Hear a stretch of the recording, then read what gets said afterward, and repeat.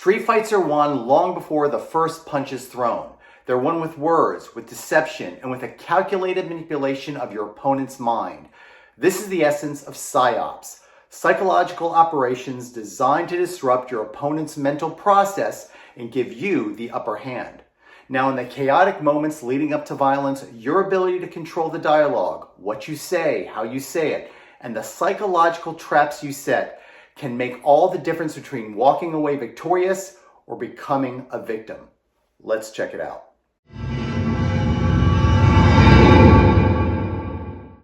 One of the most powerful tools you can use during the pre-context stage of self-defense is selective semantics, a key principle of my contemporary fighting arts system. Now, selective semantics is all about choosing your words with surgical precision to de-escalate tension, diffuse aggression, and if necessary, set up the stage for a decisive first strike. What light are you talking about? Did I cut you off? I don't. Back there at the corner. I don't the recall. light back there at the corner. You didn't see it? You know what? I did cut you off. I am really sorry. Sorry's not good enough. Look, what do you want? You're out of control, man. You need to calm it down. Calm down. I'm not the one who's raising my voice. Well, you're the one who cut me off. All right, so what can I do to make this better for you? There's nothing. That's the shot. The wrong phrases like relax, calm down, or even misplaced humor can escalate hostility instead of diffusing it. But the right words, on the other hand, can shift the entire dynamic. Phrases like, I'm really sorry, or please, let's talk it out, or even a simple, oops, my fault, have the power to de-escalate aggression and reset the tone.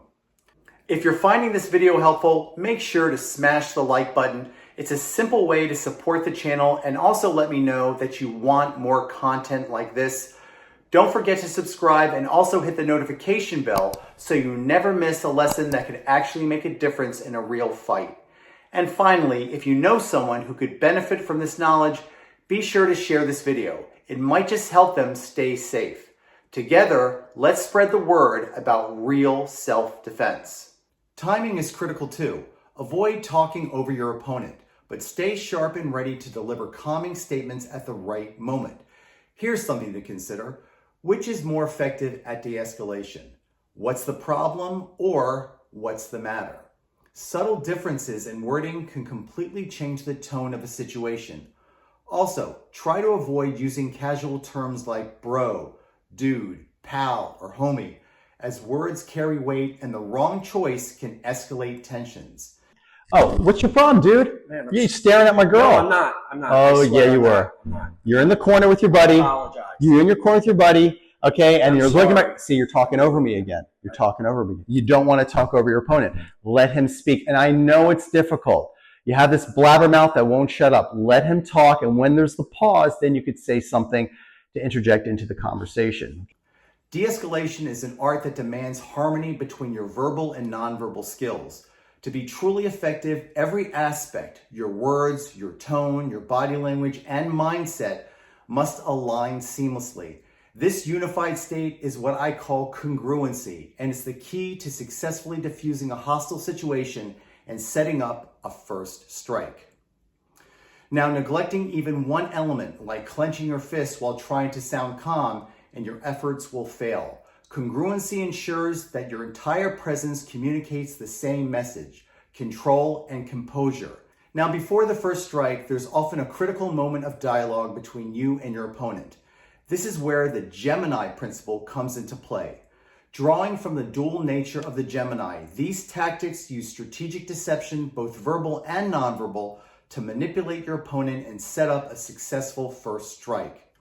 By summoning your dark twin, you project calmness and non-confrontation, distracting and softening your opponent mentally.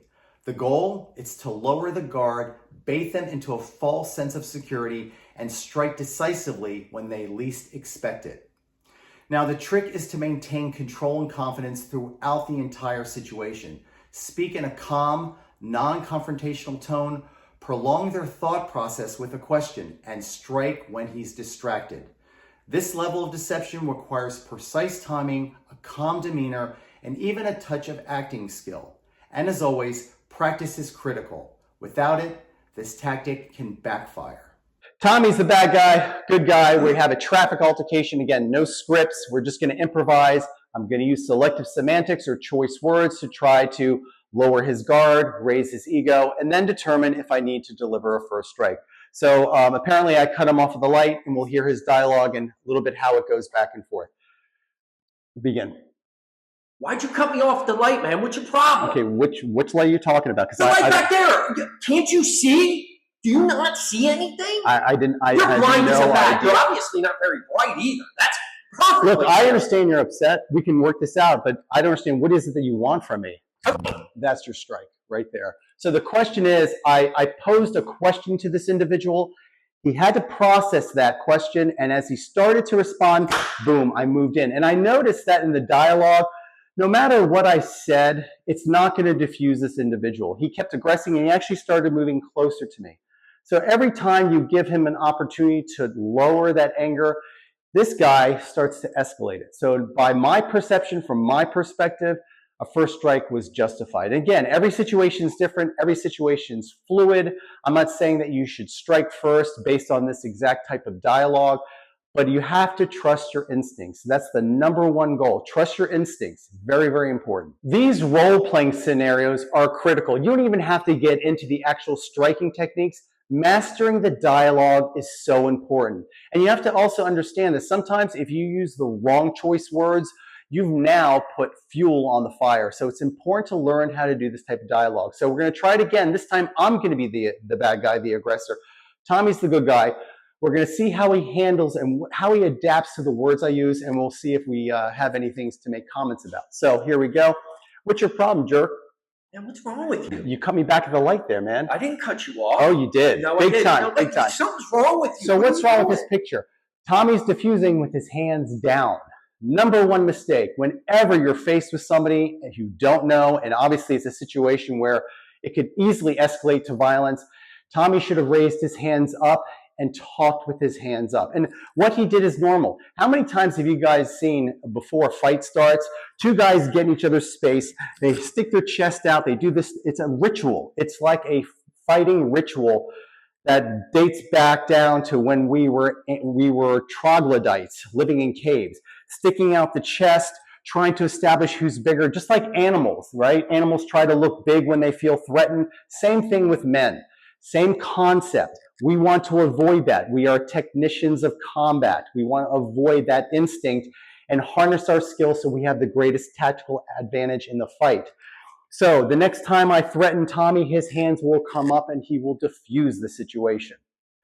So what's the problem, man? Nothing. Why are you looking at my girl? I'm not looking. Well, I saw you whispering to your buddy and you pointed at her. Is there a reason why? I didn't whisper at her. Yeah, I think you're a liar. Man, I'm really sorry. Okay. I don't know why you misinterpreted that. When I just pushed Tommy, you should have seen his eyes. His eyes got wide like saucer plates. It was like this. And I knew he was going to hit me, but he didn't for the feature of the video. But again, it's this type of training, this type of inoculation that will condition him if he does get pushed, instead of responding with a visceral reaction, which anybody in their right mind, if someone pushed me, you want to go at the guy. But the idea is you control it because you're going to get him set up for a situation where you could do so much more damage with less effort. So this is a great learning moment that I just perceived that I wanted to share with you, and I hope you can benefit from this experience. Language is such a vital component of delivering a first strike. Now, in a lot of the role-playing scenarios with my students, we do use a lot of abusive language. And the reason why is twofold. Number one, it brings authenticity to the actual training methodology. And number two, there are a lot of people who are, when they're faced with someone yelling at them using really harsh abusive language, it creates shock. And the idea is to inoculate you, to make you conditioned to hearing that kind of language of the street, because that's what we're talking about. This is the language of the street. So in a lot of my videos that are on my website that I've produced over the years, there is a lot of aggressive and abusive language, and that's for those two purposes. However, for this YouTube channel, because we want this information to get out as much as possible to the greatest audience possible, we're not going to be using abusive language. But just keep in mind, when you're doing these types of scenarios with a training partner or in martial arts studio. I do have a lot of martial arts instructors who like to use our information to help further their programs. I would encourage you to use this type of language because it replicates the reality of what happens in the pre-contact stages of a self-defense situation on the streets. Hey man, what's your problem? Nothing. You cut me off the light back there. Oh, you did. I apologize. And you laughed. I'm really sorry. I didn't laugh. If I laughed, You did laugh. Yeah, you did laugh. I'm sorry I hurt your Okay, so another example of this is when we talk over each other. This frequently happens in combat. I'm pre-combat. I start talking, he starts talking, we're fencing with each other to get our words in back and forth. You don't want to do that. You want to speak, let him continue to talk, and then when he's done, respond. You don't want to overtalk because that is considered to some people an actual threat and assault as well. So the timing of your words is important. Very important to keep in mind. Before we continue, let me quickly share something to help you take your training to the next level.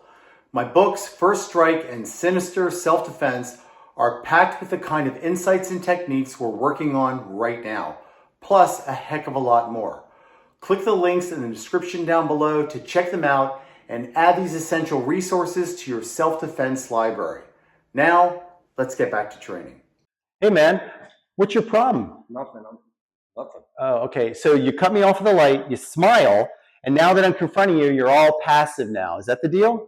I'm sorry. I didn't mean to cut you off at the light. Then why were you laughing? I wasn't laughing. Oh, yes, you were. I think you misinterpreted what you saw. Oh, is that right? So now I'm stupid. You're not stupid.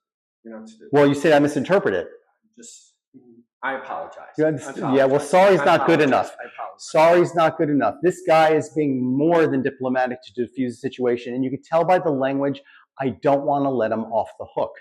So would he be justified in delivering a first strike? Again, it depends on many other variables and factors, but the idea is you can tell when someone's not letting you out of the discussion. You can tell when someone's trying to continually let this escalate.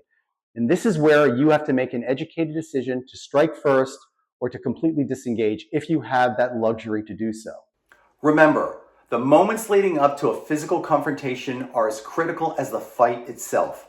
Mastering tools like selective semantics, achieving congruency, and deploying the Gemini Principle can make all the difference. It's all about controlling the fight before it even begins, mentally, emotionally, and strategically. Start mastering these principles today and gain the upper hand in any self-defense situation. Thanks for watching, and I'll see you at the next video.